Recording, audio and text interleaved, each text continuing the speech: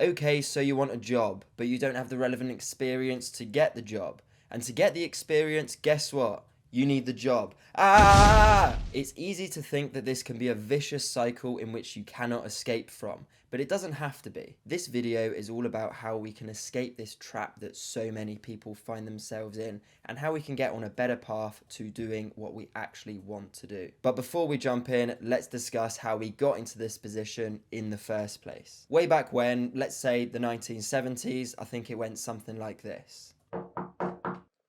Hello, I want a job, please. Okay, so what experience have you got? Experience? None! But I smoke Marlboro cigarettes, I dress cool, and I don't wear a seatbelt when I drive. Oh, perfect! You are exactly what we're looking for. You're hired, son. Back then, it was easy to get a job. If you wanted to be an engineer, you didn't instantly need a degree to get considered. You could just apply, and if you didn't have the skills that they wanted, they would give them to you. This is because the demand for these professions was so large. The global economy was booming, and they needed people, and they needed them fast. Now, however, everything is different. Back in 1999, the UK government wanted over 50% of young people to go to university. And while this might make sense on paper, in reality, it was very different. Don't get me wrong, I think education is great, and I think the most amount of people should be the most amount of educated.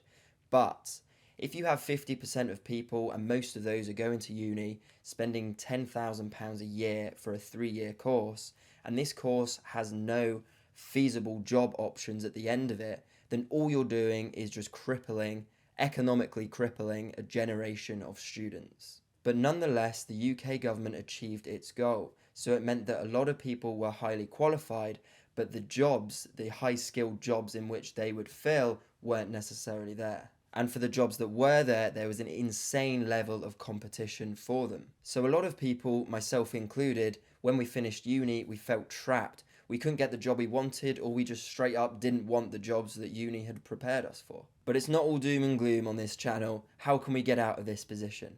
I see this issue as if it has 3 tiers to it. And hear me out here. At the bottom tier is money, because let's face it, we all need money to be a functioning member of the human race. You want coffee, you want to go get a pizza. I always mention pizza in my videos. I have no idea why. I honestly don't have an addiction to pizza. But anyway, so first of all, you've got to fill this gap. You've got to go and get a job. Any job, it doesn't matter. Pick a card, any card, it doesn't matter. Just get a job that pays you some money, and then you can figure out the relevant experience later. Now, if this job is somewhat related to what you want to do as a profession, then fair play, that's even better, but it's not a prerequisite to this. Now, once you've got a job and you've got some money coming in, you can survive, you can do the very basic first step. From this point, you need to use a lot of your free time to gain some skills. Learn how to edit, learn how to cook, learn how to code, you name it doesn't matter. Just get some skills, practice them in your free time. And this, at first, you're not going to get paid for. But if you ever want to get paid for it, you need to get darn good at these skills. And if you think that you don't have the time to learn these skills, I'm telling you that you're wrong. You do have the time. You probably just don't have the willpower to find the time.